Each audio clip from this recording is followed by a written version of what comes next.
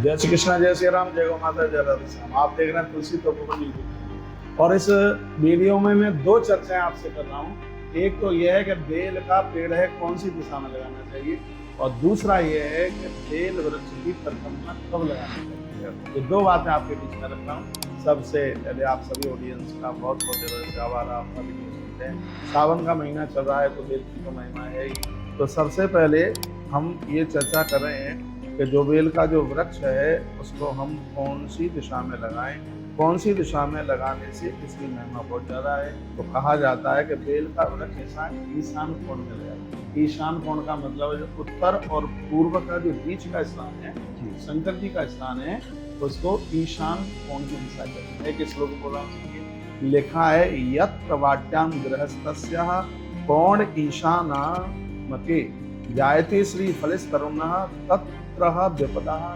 वर्णन किया है कि जो गृहस्थ ईशान कोण में कहीं भी एक भी बेल का वृक्ष लगा देगा उसको उसके जीवन में कभी विपत्ति चलकर नहीं आएगी। कितना बड़ा इसमें वर्णन है कि यत्र वाट्या गृहस्थस्य कोणम ईशान नामके जायते श्री फल तरुण तत्र विपदः क्वचित्। जो ईशान कोण में बेल वृक्ष आरोपित करेगा उसको उसके जीवन में कभी विपत्ति चल करके नहीं आएगी। ईशान कोण की जीवन आप गमले में भी बेल वृक्ष लगाते हैं तो उसको आप ईशान कोण में रखिए। ईशान कोण यानी उत्तर और पूर्व के कोने में आप रखेंगे तो स्पष्ट है, वर्णन है तत्र विपदः क्वचित्। उसके जीवन में कभी विपत्ति नहीं आएगी।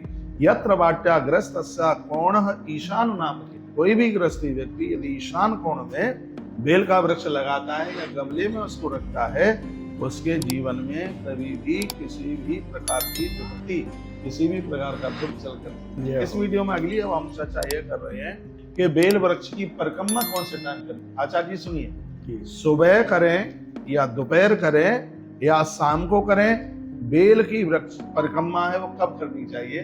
तो जैसा हमने ग्रंथ में पढ़ा है, एक ऐसा बेल वृक्ष है जिसकी परिक्रमा मध्याह्न काल में हो जाती है। यदि कोई दोपहर के समय में मध्याह्न काल में बेल की परिक्रमा करेगा उसे सुमेरु पर्वत की परिक्रमा करने का तत्काल फल प्राप्त हो जाएगा। आइए अब मैं श्लोक बोल रहा हूँ, यदि गलत है तो मेरी बात कोई काट के बताए।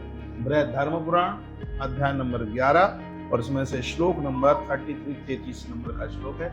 बड़ी अद्भुत बात कही है, लिखा है मध्याह्न काले ये मर्त्या बिल्वम प्रियम प्रदक्ष। मध्याह्न काल में इस मृत्यु लोक में जो भी कोई बेल वृक्ष की परिक्रमा करेगा तो क्या तई सुमेरु गिरवरा कृत एवं प्रदक्षिणम, उस व्यक्ति को सुमेरु पहाड़ की परिक्रमा करने का तत्काल फल प्राप्त हो जाएगा। इतनी बड़ी महिमा है इसकी। मध्याह्न काल में यदि कोई बेल वृक्ष की परिक्रमा करता है तो उस परिक्रमा का मतलब आप जानते हैं, उसका फल कितना है। उसका फल है सुमेरु पहाड़ की परिक्रमा करने से, प्रदक्षिणा करने से जिस फल की प्राप्ति होती है, मध्याह्न काल में बेल वृक्ष की परिक्रमा करने से तत्काल उतना फल प्राप्त। ग्रंथ में कहा है कि उसके नीचे, बेल वृक्ष के नीचे बैठकर यदि आप किसी एक भी पुरुष को भोजन करा देते हो 10,000 लोगों को भोजन कराने का प्राप्त होता है। ये मैं कलकत्ता में 2 दिन का कार्यक्रम कर रहा हूँ, 6 अगस्त और 7 अगस्त। जितने भी लोग मुझे सुन पा रहे हैं 2 दिन बेल की ही महिमा चली, जिसमें मैं बताऊंगा कि बेल वृक्ष के 30 नाम कितने दिव्य हैं, कितने विशेष हैं। सिर्फ पिछली वीडियो में मैंने निवेदन किया कि महादेव के ऊपर चढ़ा हुआ एक बेलपत्र स्फोट होकर के 6 महीने तक सिर्फ वह सूर्य और गणेश जी के ऊपर करता और सब।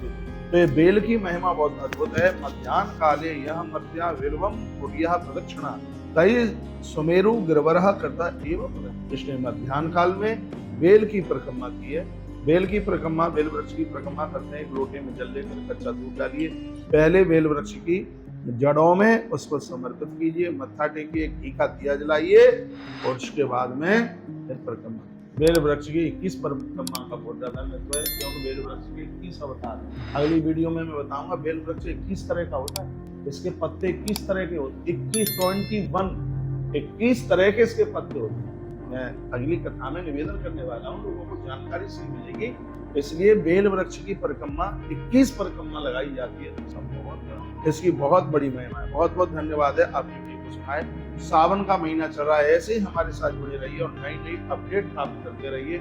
और इस वीडियो की दक्षिणा यही है कि लोगों को समझ में आवे, इसलिए वीडियो को आगे जरूर भेजते रहिए। बिना धोए बेल पत्र धोया जाता है, बेल पत्र को धोया जाता है, उसको गंगा जल में ज़्यादा बढ़िया है। तो उसके ऊपर श्री लिखें, ओम लिखें, कुमकुम लगाएं, चंदन लगाएं, तो उसके तत्पश्चात फिर उसको आप चढ़ाएं, तो उसकी फलश्रुति अपने आप में बहुत बहुत धन्यवाद। ऐसे हमारे साथ जुड़े रहिए, नई नई अपडेट प्राप्त